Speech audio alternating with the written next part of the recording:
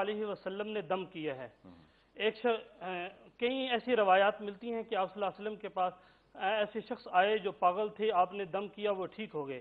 میں تو دم کرتا ہوں، قرآن پڑھ کے دم کیا جاتا ہے، اور کلام وہ لکھ کر دیا جاتا ہے جو قرآن سے ثابت ہو، جس پر اللہ کا قرآن لکھا ہو وہ ہم لکھ کر دیتے ہیں۔ لیکن ایک بیچارہ جاہل آدمی وہ کھول کر تو تعویذ وہ جرت ہی نہیں کرے گا کہ میں تعویذ کھول کے پڑھوں، سامنے لکھا جاتا ہے، تعویذ سامنے لکھا جاتا ہے، وہ پھر بھی جرت نہیں کرے گا کہ پیر صاحب لکھ رہے ہیں، میں یہ گستاخی نہ کروں کہ پیر صاحب کیا لکھ رہے ہیں۔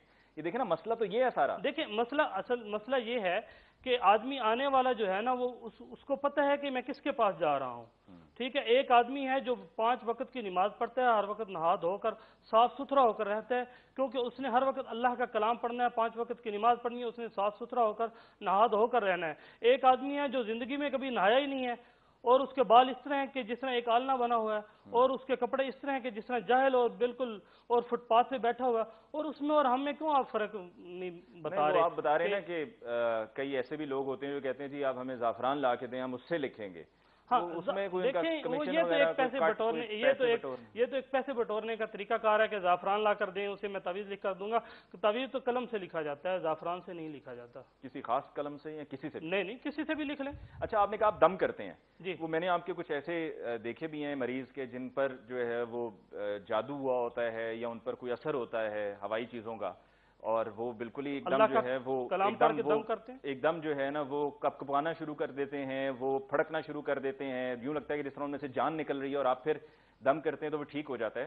تو وہ لوگ جاننا چاہ رہے ہیں وہ سب جینون ہے، ایک نمبر ہے، یا اس میں بھی کوئی ہے معاملہ؟ تفسیر ابن کثیر کے اندر لکھا ہوا ہے صفحہ نمبر 538 پہ کہ عبداللہ بن مسعود رضی اللہ تعالیٰ عنہ کے پاس ایک شخص آیا، وہ پاگلوں اور جہلوں والی حرکات کر رہا تھا کہ عبداللہ بن مسعود رضی اللہ تعالیٰ عنہ نے اسے سورہ مومنین کی آخری آیتیں پڑھ کے دم کی، اور وہ بالکل ٹھیک ہو گیا۔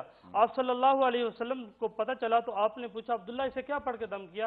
فرمایا یا رسول اللہ سورہ مومنین کی آخری آیتیں میں نے پڑھ کے دم کی اور وہ ٹھیک ہو گیا۔ آپ صلی اللہ علیہ وسلم نے فرمایا کہ اگر یہ پڑھ کے پہاڑ کو پھونکی جاتی تو وہ بھی اپنی جگہ چھوڑ دیتا، اتنی طاقتور آیتیں ہیں۔ اچھا، آپ ابھی بالفرض کوئی بندہ بالکل ٹھیک ہو تو اس پر آپ کچھ ایسا پڑھ سکتے ہیں کہ وہ اپنی اصل حالت میں نہ رہے، مطلب اس پر کچھ اثر ہو جائے؟ ایسا نہیں ہو سکتا، ایسا نہیں ہو سکتا۔ ایک آدمی ٹھیک ہے، اس پر قرآن پڑھا جائے اور وہ بیمار ہو جائے، قرآن تو ہے وَنُنَزِّلُ مِنَ الْقُرْآنِ مَا هُوَ شِفَاء، قرآن شفا ہے، قرآن زحمت نہیں ہے، قرآن شفا ہے۔ یہ کیسے پتا چلے گا کہ اس پر کسی کا کوئی اثر ہوا ہے، کوئی جادو ہوا ہے، کوئی اس کو دورے پڑتے ہیں؟ اس کی تشخیص ہے، پتہ کیسے چلتا ہے؟ ہاں، اس کی تشخیص ہے نا، جس طرح ایک ڈاکٹر ایک طبیب تشخیص کرتا ہے، اسی طرح ایک عامل تشخیص کرتا ہے۔ قرآن کی آیتیں پڑھ کے پانی پہ دم کر کے اسے پلائی جاتی ہیں، اگر وہ پانی کا ذائقہ چینج ہو جائے، پھیکا ہو جائے تو جادو ہے، کڑوا ہو جائے تو اس پر جن کا اثر ہے، اگر وہ بالکل نارمل رہے تو اسے کچھ بھی نہیں۔ مجھ پر کوئی اثر ہے یا نہیں ہے؟ میں جب تک مفتی صاحب سے گفتگو کرتا ہوں میں چاہوں گا کہ آپ کے سامنے پانی کا گلاس پڑا ہوا ہے، آپ اس پہ ذرا پڑھ کے مجھے دیجیے۔ دم کروں گا، آپ مجھے دیجیے، میں پیتا ہوں اور میں پی کر